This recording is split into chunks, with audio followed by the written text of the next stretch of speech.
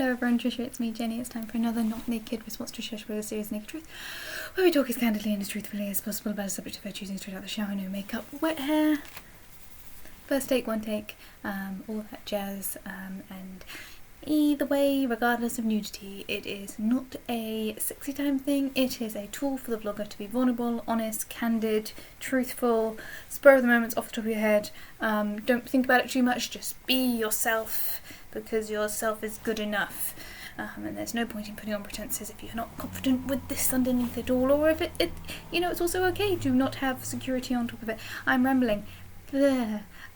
So yeah, today's subject is forgiveness, and normally for Naked Truths, particularly since they went to a bi-weekly instead of once a week schedule, is, well, when it was once a week, I never managed to get them in on time. It's ridiculous how many times I submitted it like just after the next Naked Truth came out and I forgot to do it. And then I got to the point where when it was bi-weekly, I try and push it for a couple of days, so that kind of I can fill the time in between a bit more. But this seemed like such a kind of hot subject that everyone has really, like, the Discord is buzzing and I love it. So I was like, you know what, let's be impulsive, let's just go for it. And I was in the shower for quite some time today thinking about the subject because it's a massive subject.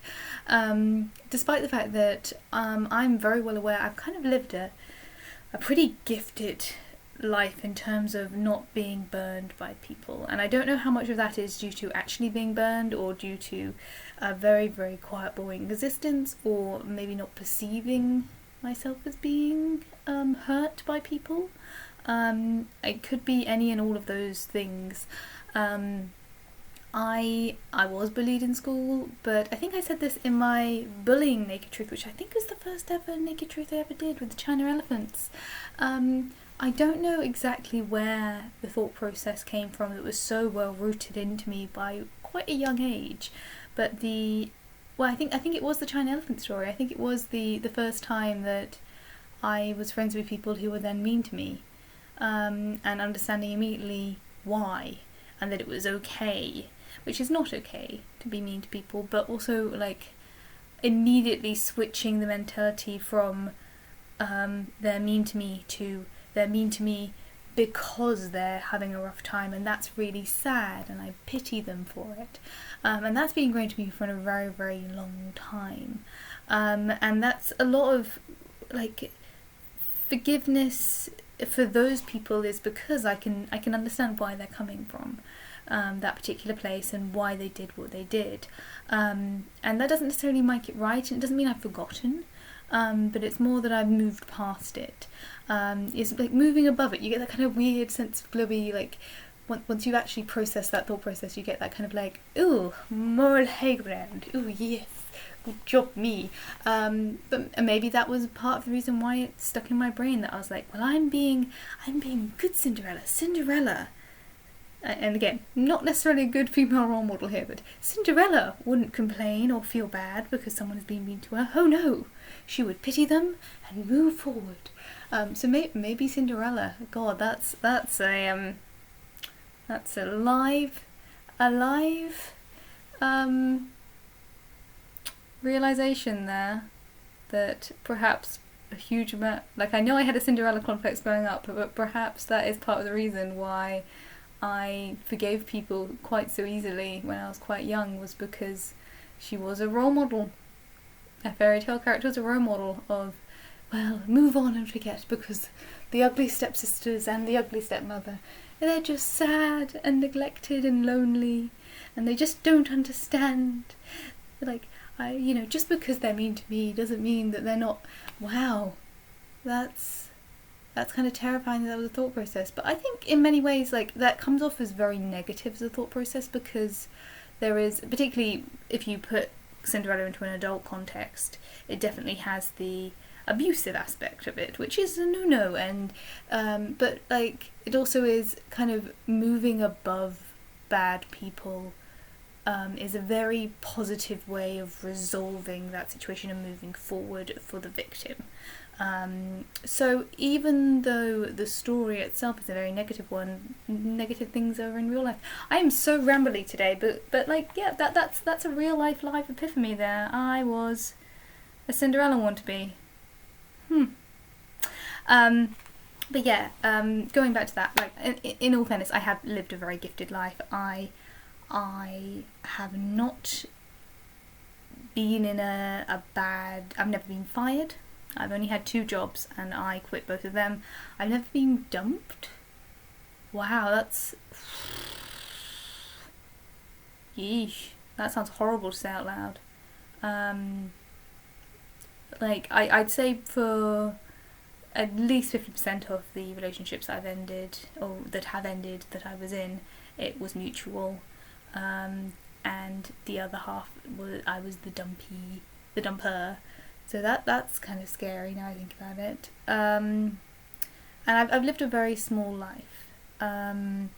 So for me personally, like, and again, I was bullied, but again, I moved past it incredibly quickly, I think. I mean, and when I was a teenager, there was definitely a bit more kind of anger, but then again, I'd already kind of processed the, well, you know, poor person, that they're having such a rough time, that they're reflecting that back on me.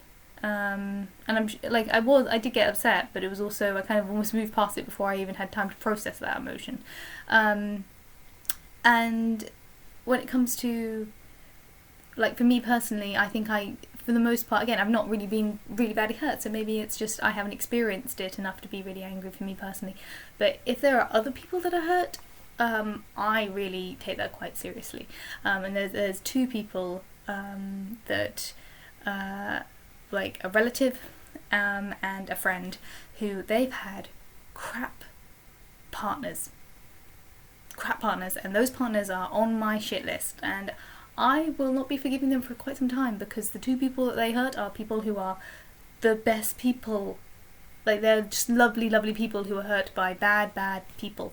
One of whom, it was an affair, and another which was, I don't know the details of, but I know it was abusive. And I think that goes into one of the things I was thinking about last night when I was falling asleep, having watched The Naked Truth yesterday. I did come up with a very nice, like, 3 for 3, but I'm going to summarise it in a 2 for 2.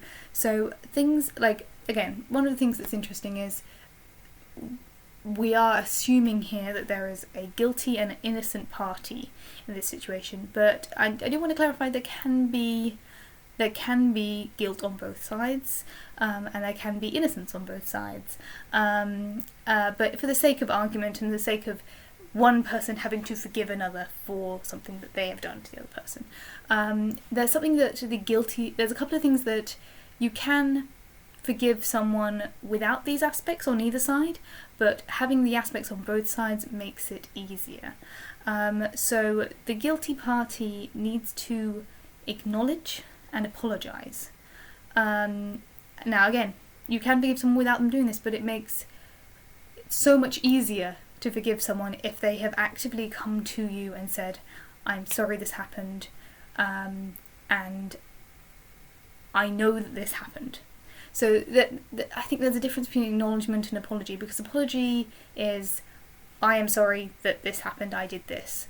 But acknowledgement is actually understanding the impact that action had upon someone. Saying, I feel bad that I did this to you, sometimes isn't enough. Saying, I am sorry that I did this to you, and I understand now that means that this can't happen, or that you can't do this, or that this has impacted your life in this significant way. And then the second part of that is redemption.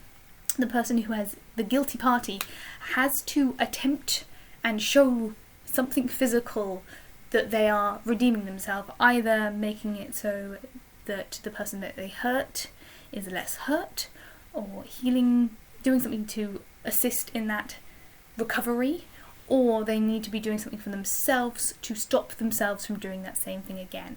And that is a much harder process. And if we're talking about things like abusive relationships, abuse has often been compared to things like alcoholism, and they often are related to alcoholism, because they say that people who have abused others are more likely to do it again. And I kind of think that's a sensible, even though it's a rather negative way of looking at it, it kind of viewing an abuser as an alcoholic. Once they are an abuser, they are always going to be a recovering abuser. They're only not an abuser until their next time that they take advantage or do harm to someone else. So redemption is not a process that ends when they stop. It's a process that continues, and they have to continue to every single day put their best foot forward. And that's a really, really hard thing to do, and it needs professional help for the most part. It needs someone outside of that group, the guilty and the innocent party in this particular acknowledgement, to often step in to guide that person to themselves. But someone looking back and seeing that someone who is aware they did something wrong, has apologised for doing something wrong, and is then making an effort to make themselves better, is a huge 3 things that the person who is guilty, it really helps with forgiveness, is that those 3 things that happen. Equally, the innocent party, for me, they need understanding and they need empathy. And empathy, I kind of talked about, the kind of learning to understand why someone did something or how they came to that point, is really useful, like having the emotional capacity to understand how someone got to that process.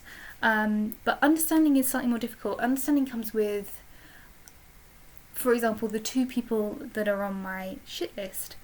I don't have as much information as I would like about the situation that happened between them and my friend and my relation, and the details of how that went down. And they're not questions you can just ask, and it's not questions you don't want to push, particularly with people who've been through such a rough time. But because I don't know the details, I don't know how I should treat the guilty party. And from what I've heard, obviously it's negative, and I've heard it from the one side, the innocent party in this one, which I'm not going to use, like that's not the correct one for those particular examples. But because I don't understand the context of exactly what happened, I don't have the details of what happened, why it happened, and when, that's a very difficult thing to me to deal with. So for Trisha's situation with the executive who did bad things, she doesn't have the details as to why he did what he did. She doesn't have the information as to what the context was, whether or not it was an emotional thing or a business thing. And until you have that understanding, it's very hard to even comprehend, was it against me personally? Was it against me as a business person? Was it against me as a source-fed presenter? Until you have that information, it's very hard to forgive someone. And the second part of the innocent party forgiving the guilty party is safety. Feeling safe after being hurt, and that's a very difficult thing to happen, and that is the answering of the, could you ever let it happen to yourself again? Do you feel safe from that happening again? Do you feel secure from whatever it was that was done to you from happening again?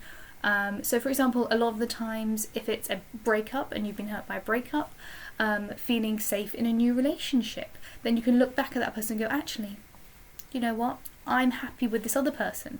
This other person is now making me feel safe and secure, and so I can forgive that person for making me feel lonely and less than. Or equally, if it was a bad breakup, feeling confidence in yourself alone and thinking, actually, I've moved past it, I'm above and beyond, I am safe on my own. And the same thing can be said for more nasty events like abusive relationships. Feeling safe from the person who physically did harm to you, that often takes a lot more time and a lot more it takes distance as well, but feeling safe from that person, knowing that they're never going to be able to hurt you again. And that's a very difficult thing to come by, and for a lot of cases that might never happen. You might never get that safety, so you may never feel like you can forgive someone. An interesting one with Trisha's one is when it becomes a financial impact. Like, you have the constant what if that person comes and changes my life now? What if that person comes along and interrupts my work for the future? Or this situation I'm in, like my house is falling down around me. What if 5 years ago that executive had given me a job which meant that I had more money now, which meant that I wasn't worried about my house falling down? Like, that what if anger and resentment is always going to be there until the point where you feel, if it's a financial thing, financially safe, that no matter what happens in the future, that person isn't ever going to affect your life. Or if someone like them comes along, that they won't affect you. And that's an incredibly difficult thing. And until the point where you do feel entirely safe, it's going to always be in the back of your mind as to, like, but what if? What if someone like them or that person interrupts my life again? And that's a really, really hard thing to get over. So, like, until the guilty party has acknowledged, apologised, and attempt to redeem themselves, and you understand why and how they did it, and emotionally move past that, and feel safe, feel that they can't hurt you anymore, or whatever harm they did to you is in the past and resolved and you're away from that, it's gonna keep coming back. And then those can be additional triggers. There can be things that come up in the future. Again, the example of the financial one, I think, is a really good one. I've been talking for nearly 16 minutes, oh my gosh. Last thing I want to talk about is self-forgiveness, and I think self-forgiveness is something that I really, really struggle with. I exist in a constant state of minor guilt for pretty much everything. Like, I constantly feel lazy, and my sleep schedule's bad, and I'm not doing enough creative stuff, I'm not doing enough housework stuff, I'm not communicating with my friends enough, I'm not looking after myself enough, I'm not impacting the environment in a good way.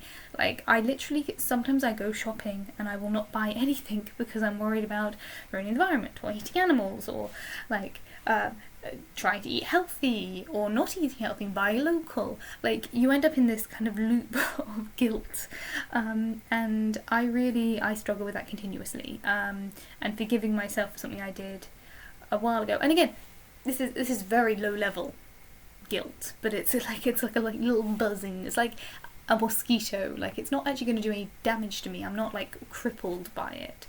I'm not sad. I'm not angry by it. But it's just constantly there.